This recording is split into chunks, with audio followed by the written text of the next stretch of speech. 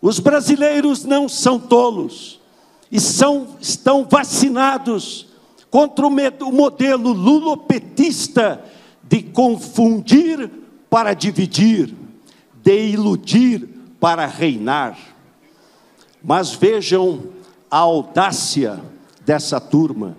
Depois de ter quebrado o Brasil, Lula diz que quer voltar ao poder. Ou seja, meus amigos, ele quer voltar à cena do crime. Será que os petistas merecem uma nova oportunidade? Fiquem certos de uma coisa: nós os derrotaremos nas urnas. Lula será condenado nas urnas pela maior recessão da nossa história. As urnas os condenarão pelos 15 milhões de empregos perdidos, pelas milhares de empresas fechadas, pelos sonhos desfeitos, pelos negócios falidos.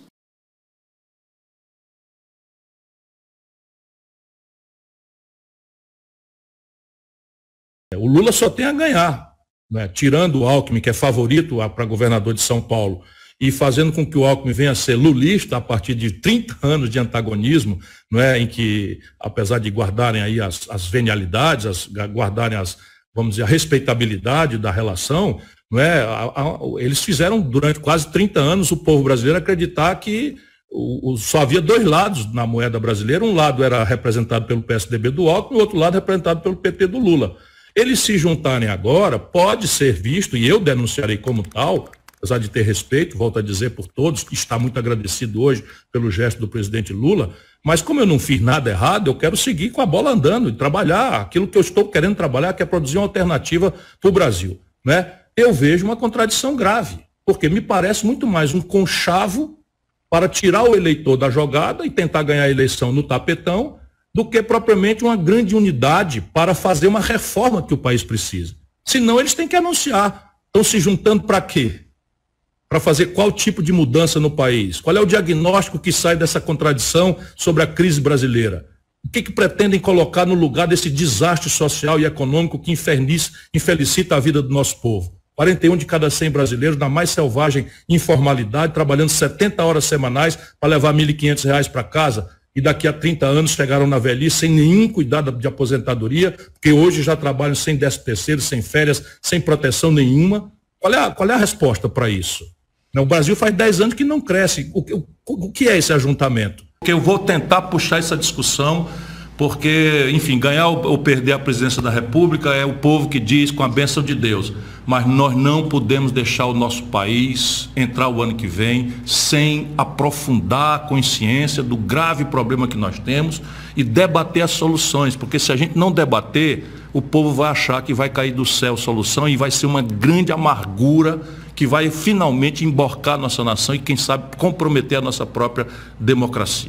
O Lula, meu amor, tinha 86% de popularidade quando terminou e elegeu a Dilma, que ninguém sabia quem era, uma pessoa absolutamente sem vocação, sem aptidão, que desastrou o Brasil, e eles querem que o povo esqueça para ficar mandando. O Lula fez isso, como quis fazer com o Haddad a mesma coisa, humilhando o cara para ir toda semana em Curitiba e tal, para chegar na presidência da República como estafeta e não como líder que o país precisa. Pois bem, o Lula não propôs nenhuma reforma, Mitre, nenhuma, para dizer, não, o Congresso é que é o antro de resistência conservadora. Mentira, não propôs nada. O sistema mais regressivo de tributação do mundo, a Previdência estruturalmente quebrada, como já conversamos, não propôs nada. A única reforma, eu brinco, é a tomada de 3 pinos. Foi a única reforma no Brasil que o Lula promoveu. O resto são políticas compensatórias, etc. Não tira o mérito. Então, ou a gente entende que a tarefa de redemocratizar o país uma vez cumprida nos obriga a discutir o novo modelo econômico, ou nós agora temos um problema adicional. Qual é? O modelo econômico ruinoso que o Fernando Henrique impôs e que o Lula manteve. Vamos lá, para as pessoas entenderem, é concretude. Isso aqui agora é um acadêmico falando, é o autor de um livro falando, não é um militante político. Câmbio flutuante, superávit primário, meta de inflação. Isso quem criou foi o Fernando Henrique, o Lula manteve, a Dilma manteve, o Michel Temer manteve, o Bolsonaro manteve.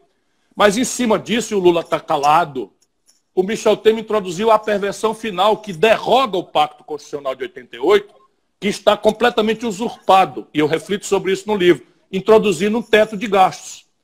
O que é o teto de gastos? Nós temos um artigo da Constituição que diz: todo brasileiro tem direito a um salário mínimo decente que lhe sustente com dignidade a sua família, comida, casa, etc, etc, e vírgula, lazer.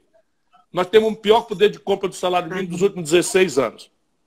A Constituição anuncia: é direito do brasileiro e dever do Estado prover saúde em qualquer nível de complexidade, sem qualquer condicionalidade do Sistema Único de Saúde. Ela diz que é dever do Estado Nacional Brasileiro prover educação pública gratuita de qualidade para toda a comunidade nacional em idade escolar.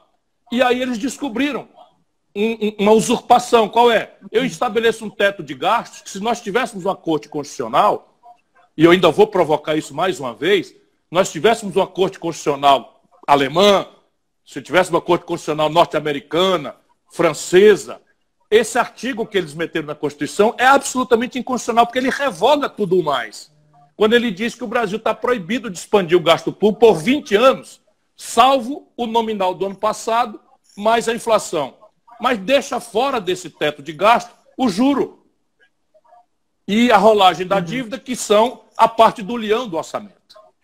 Então, o Brasil está desconstitucionalizado e os governos que nós temos tido nesses anos todos é só a mudança de perfumaria para manter rigorosamente o mesmo modelo.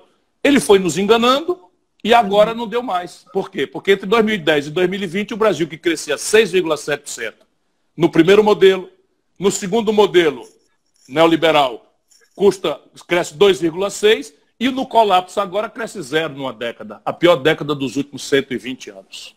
E todos os números são consequentes a isso. 15 milhões de desempregados, 6 milhões de desalentados, 40% da força de trabalho na informalidade, 63 milhões e 700 mil brasileiros com o nome humilhado no SPC, dos quais 1 milhão de estudantes. Para você ver os limites do esquerdismo petista brasileiro, lulista, não é petista.